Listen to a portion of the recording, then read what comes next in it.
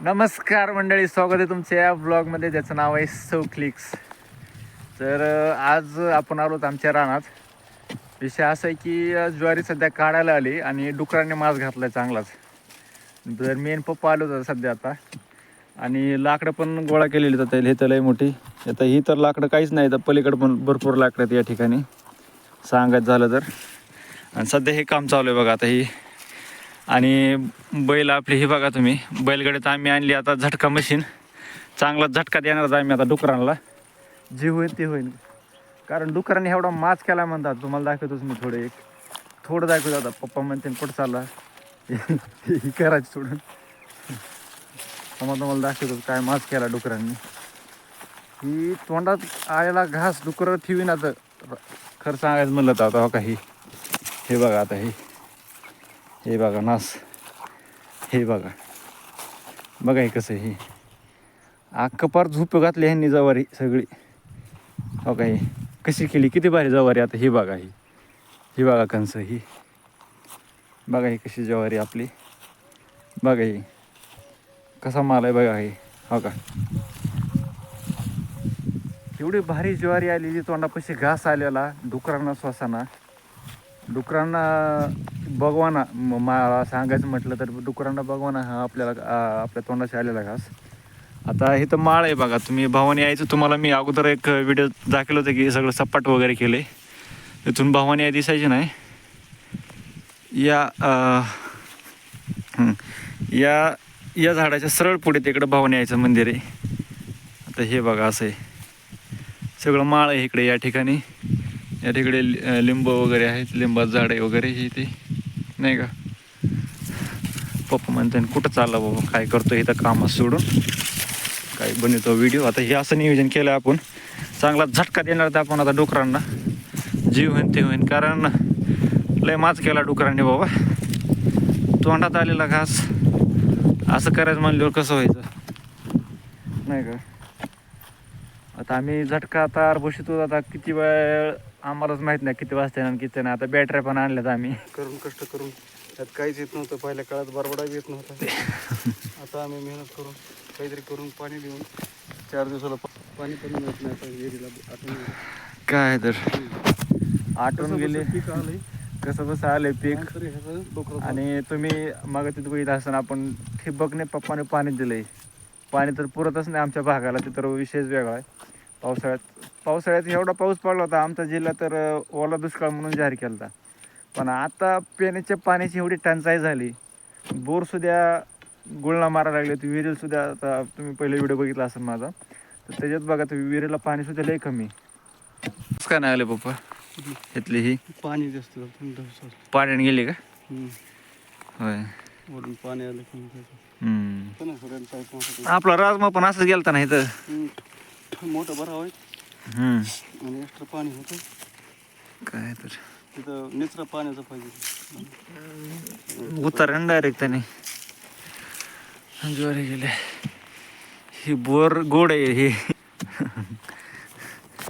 ज्यावेळेस आम्ही लहान होतो त्यावेळेस जनावर आम्ही या माळावरती लावतो. त्या इकडं माळ आहे नाही का, तिथून माळावरती तिथून जनावर लावून इकडे येतात बोर खायला. ही या इथं एक मोठं एक बोरीचं झाड होतं, ते काढलं. भरपूर वर्ष झाले. इथे चौकीदारी बोर होती ना पप्पा मोठी. होय, इथं एक बोर होती ना मोठी. इथं एक मोठी बोर होती. आणि ही झाड आपलं बोरीचं. आणि सध्या हवामान खात्याने पाऊस सांगितला आपल्या भागात. आणि उद्या गुढीपाडवा आहे, तर मी आजच तुम्हाला शुभेच्छा देतो. गुढीपाडव्याच्या शुभेच्छा, नूतन वर्ष अभिनंदन, नूतन वर्षाच्या हार्दिक शुभेच्छा. तर हो का, हे आबाळ यायला लागले. हो का, हे आबाळ एकत्र व्हायला लागले. आणि कोण कोण असं म्हणते की गुढीपाडव्याला पाऊस पडतो ना. हो का, हे आबाळ वगैरे यायला लागले. नुसते राडेच राडे तो आमच्या पाठीमागं. पाऊस तिकडला राजमा राहिला तसाच करायचा. आणि हे असं डुकरान कार केला इकडे. दगड टाकावं लागते ना, काही बोलायचं ते काहीतरी दगड टाकावं लागते ना, म्हणजे आतमध्ये मजबूत बसन, घट्ट बसन. जरा वरून माती टाकल्यावर त्या दगडामध्ये माती जाईल नाही का. वरून कशाला मारतात ते जाईन तुटून. त्याचीच माती व्हायला लागली त्या दगडाची, फुटायला लागला ते दगड. दगडच फुटायला लागला ते वरून मारल्यावरून काय.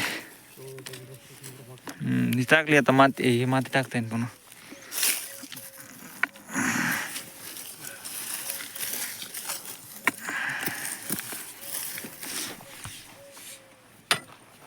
हे असं मारलं ना म्हणजे चांगलं घट्ट बसते, एकदम हलत नाही.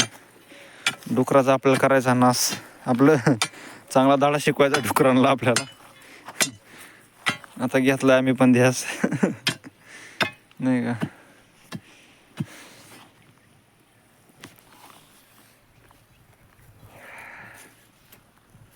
डुक्कर तेरे को देखेंगे.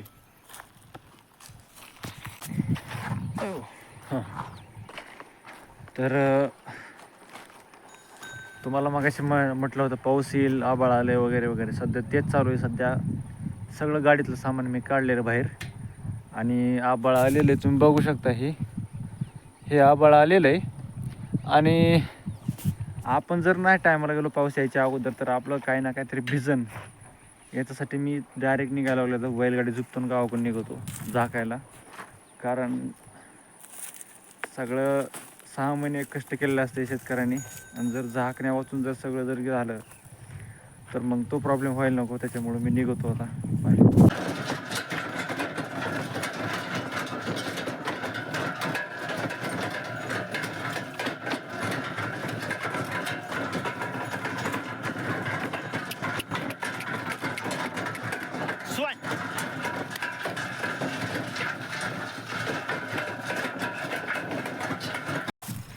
मित्रांनो, आजचा दिवस खरंच माझ्यासाठी खूप ॲडव्हेंचरस आहे. कारण विषय असा आहे, बुचाड आपलं त्या तिकडे, मला दगड अजून सापडणार ह्या इकडं. पार मी ह्या इकडे यायला लागलो दगड सापडायला.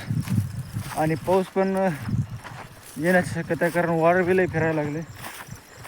वारं बिलही आणि इथं तर लई चमकायला लागलं. आता इथं काय दिसा नाही, हो का वीज चमकलेलं काय सध्या दिसा नाही. आता जेव्हा दिसन तेव्हा सांगतो मी.